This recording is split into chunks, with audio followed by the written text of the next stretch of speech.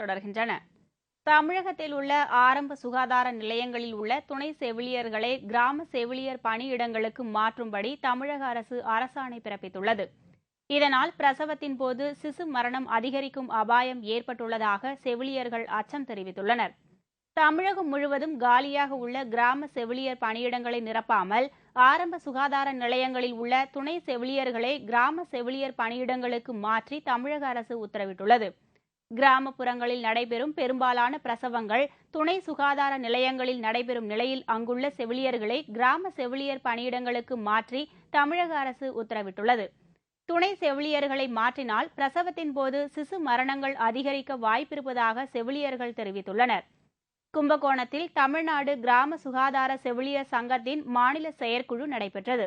இதில் தமிழகம் முழுவதும் தேவையான அளவிற்கு துணை சுகாதார நிலையங்கள் மற்றும் ஆரம்ப சுகாதார நிலையங்கள் திறக்கப்பட வேண்டும் என்றும் துணை செவிலியர்களை கிராம செவிலியர் பணியிடங்களுக்கு மாற்றும் அரசாணையை தமிழக அரசு திரும்ப பெற வேண்டும் என்றும் தீர்மானங்கள் நிறைவேற்றப்பட்டது.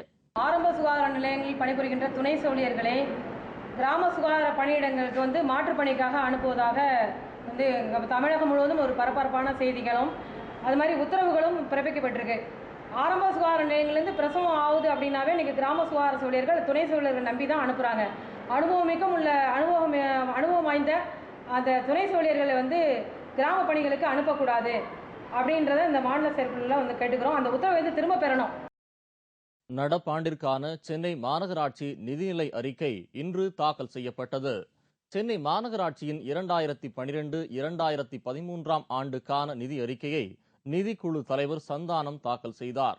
மாநகராட்சி கூட்ட அரங்கில் இன்று நிதிநிலை கூட்டத்தொடர் தொடங்கியது.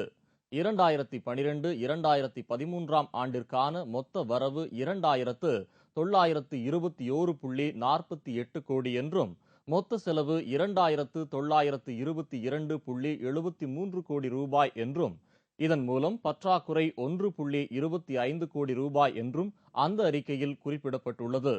மேலும் தென் சென்னையில் பல்நோக்கு மருத்துவமனை அமைப்பது, தகவல் தொழில்நுட்ப நிறுவனங்களுக்கு விதிக்கப்பட்டு வரும் சொத்து வரியில் சர்ச்சை எழுந்துள்ளதால் அதை சீரமைப்பது என்று அறிவிக்கப்பட்டது. சென்னை மாநகராட்சி பள்ளிகளில் இசை மற்றும் நூலக படிப்பிற்கு முக்கியத்துவம் அளிப்பது, மேல்நிலை பள்ளிகளில் கண்காணிப்பு கேமரா அமைப்பது ஆகிய திட்டங்கள் செயல்படுத்தப்பட உள்ளன. பெற்றோர் ஆசிரியர் கூட்டங்களை அடிக்கடி நடத்துவது போன்ற பல முக்கிய திட்டங்கள் நிறைவேற்றப்பட உள்ளது. ஓட்டேரி, வில்லிவாக்கம் ரயில் நிலையம் அருகே விருகம்பாக்கம், கொடுங்கையூர் உள்ளிட்ட 7 இடங்களில் பாலங்கள் அமைக்க இந்த நிதிநிலை அறிக்கையில் அறிவிப்பு வெளியிடப்பட்டுள்ளது. மேலும் தேங்கி கிடக்கும் தண்ணீரில் கொசுக்கள் உற்பத்தியாகுவதை தடுக்க நடவடிக்கை எடுக்கவும் அறிவித்துள்ளார். ஆனால் இந்த நிதிநிலை அறிக்கையில் கல்விக்கு கொடுக்கப்பட்டுள்ள அளவிற்கு மற்ற துறைகளான சுகாதாரம், போக்குவரத்து, அடிப்படை கட்டமைப்பு ஆகியவற்றிற்கு முக்கியத்துவம் வழங்கப்படவில்லை என்பது குறிப்பிடத்தக்கது. தமிழ்நாட்டில் சில பகுதிகளில் கோடை மழை பெய்திருக்கிறது. சென்னையில் ஓரிரு தினங்களில் மழை பெய்ய வாய்ப்புள்ளது. தமிழ்நாட்டில் கன்னியாகுமரி, கடலூர், நாகப்பட்டினம் ஆகிய மாவட்டங்களில் ஓரளவு மழை பெய்திருக்கிறது. இந்த மழையின் காரணமாக அந்த பகுதிகளில் கோடை வெப்பம் குறைந்துள்ளது. சென்னை மற்றும் சுற்றுப்புறங்களில் நாளை அல்லது நாளை மறுநாள் மழை பெய்ய வாய்ப்புள்ளது. அரசியல் காழ்ப்புணர்ச்சி காரணமாக பணிநீக்கம் செய்யப்பட்ட மக்கள் நல பணியாளர்களை மீண்டும் பணியில் அமர்த்த கோரி தமிழ்நாட்டில் பல்வேறு பகுதிகளில் ஆர்ப்பாட்டம் வலுத்து வருகிறது. தமிழ்நாட்டில் பணிநீக்கம் செய்யப்பட்ட மக்கள் நல பணியாளர்களை மீண்டும் பணியமர்த்த சென்னை உயர்நீதிமன்றம் உத்தரவிட்டிருந்தது. ஆனால் நீதிமன்ற தீர்ப்பை புறக்கணித்த தமிழக அரசு மக்கள் நல பணியாளர்களை மீண்டும் பணியில் அமர்த்த உத்தரவு பிறப்பிக்கவில்லை. தமிழக அரசின் இந்த மெத்தன போக்கை கண்டித்து சேலம் மாவட்டத்தில் மக்கள் நல பணியாளர்கள் ஆர்ப்பாட்டத்தில் ஈடுபட்டனர். இதில் பங்கு பெற்ற ஆர்ப்பாட்டக்காரர்கள் தமிழக அரசின் பழிவாங்கும் நடவடிக்கைக்கு இதுவரை 9 பேர் உயிரிழந்துள்ளதாக கூறி கோஷங்கள் எழுப்பினர்.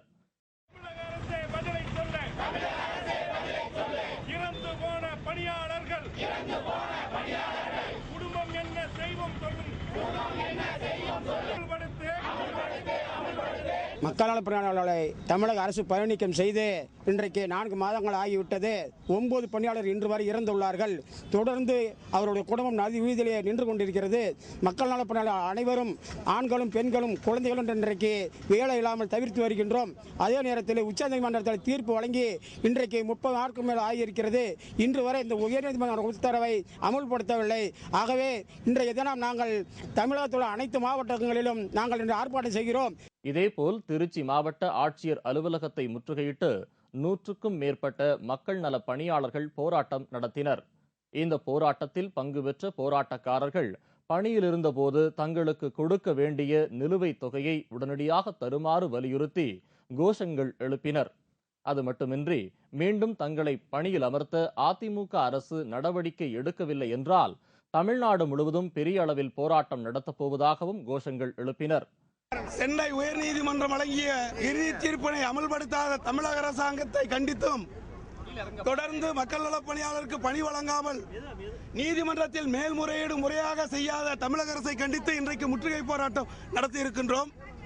தொடர்ந்து இந்த அரசாங்கம் எங்களுடைய கோரிக்கைகளை பரிசீலிக்க தவறுமானால் எதிர்வரும் காலங்களில் மக்களை திரட்டி தமிழ்நாடு முழுக்க இது ஒரு மக்கள் இயக்கமாக மாற்றுகின்ற மிகப்பெரிய சக்தியாக மக்கள் நல பணியாளர் முன்னேற்ற சங்கம் போராட்டம் நடத்தும். மக்கள் நல பணியாளர்கள் தஞ்சையில் சாலை மறியல் போராட்டம் நடத்தினர். 300க்கும் மேற்பட்ட மக்கள் நல பணியாளர்கள் கலந்து கொண்ட இந்த போராட்டத்தில் தமிழக அரசுக்கு எதிராக கோஷங்கள் எழுப்பப்பட்டன.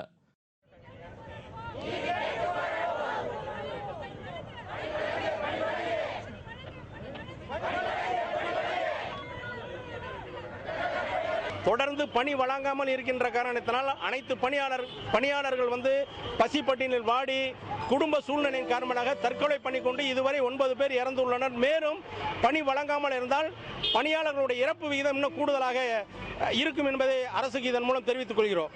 போராட்டத்தில் ஈடுபட்டவர்கள் காவல்துறையினரால் கைது செய்யப்பட்டு பின்னர் விடுவிக்கப்பட்டனர்.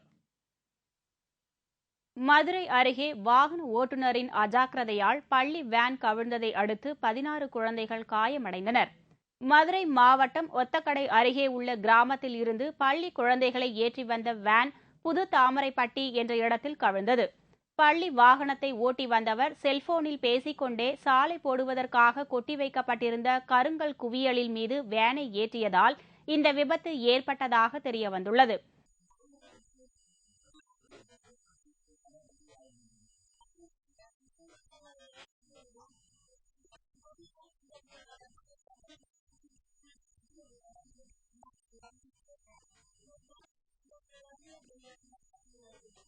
இதில் வேனில் இருந்த 16 குழந்தைகள் பலத்த காயங்களுடன் மதுரை அரசு மருத்துவமனையில் சிகிச்சைக்காக அனுமதிக்கப்பட்டுள்ளனர்.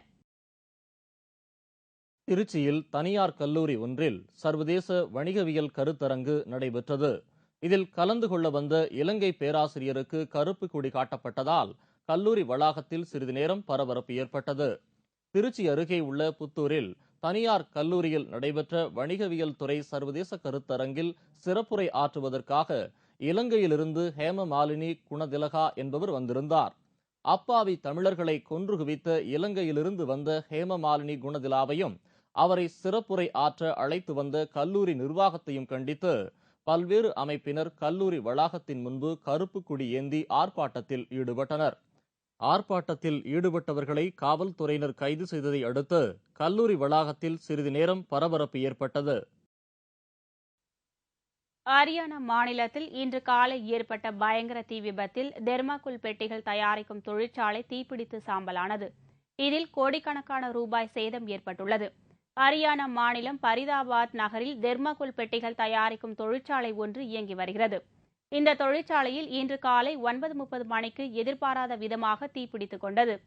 இதில் தீ வேகமாக பரவியதில் தொழிற்சாலையில் உள்ள கோடிக்கணக்கான ரூபாய் மதிப்புள்ள பொருட்கள் தீக்கிரையானது. தகவல் அறிந்து தீயணைப்புத் துறையினர் 8 வண்டிகளில் விரைந்து வந்து தீ மேலும் பரவாமல் தடுத்து அணைத்தனர்.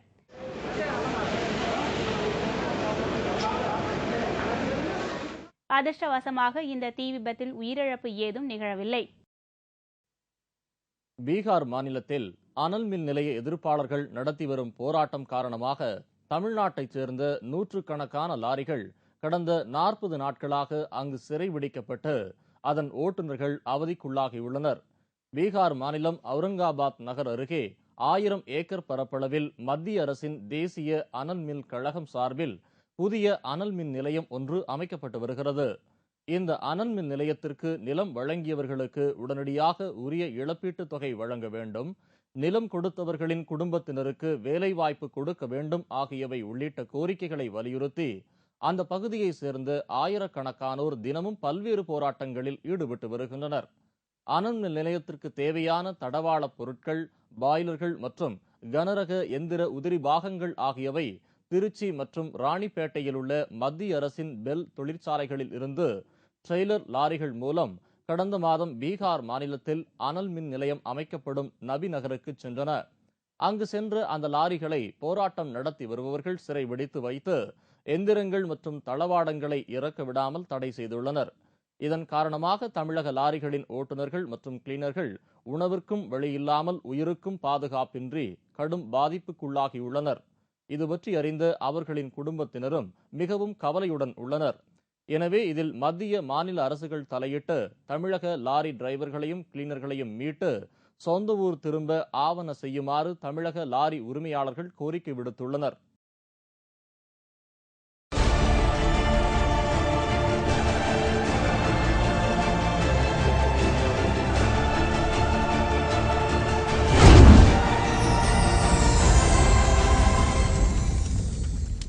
ஆச்சரியம், ஆனால் உண்மை. நெருப்பில் ரப்பர் பட்டால் உடனே உருகிவிடும். காற்று நிரப்பப்பட்ட பலூனை நெருப்பு பக்கம் கொண்டு சென்றால் உடனே வெடித்துவிடும். ஆனால் இந்த பலூனை நெருப்பில் காட்டினாலும் அது வெடிக்கவில்லை. காரணம், பலூன் உள்ளே தண்ணீர் இருப்பதுதான். தண்ணீர் நிரப்பிய பலூன் நெருப்பில் உடையாமல் இருக்கிறது.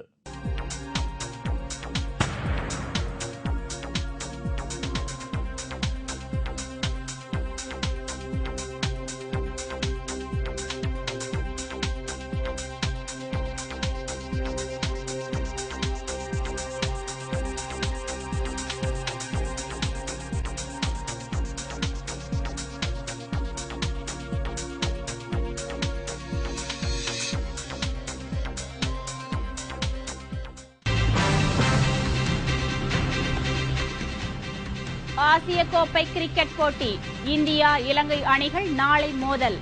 விவரம் இடைவேளைக்கு பிறகு.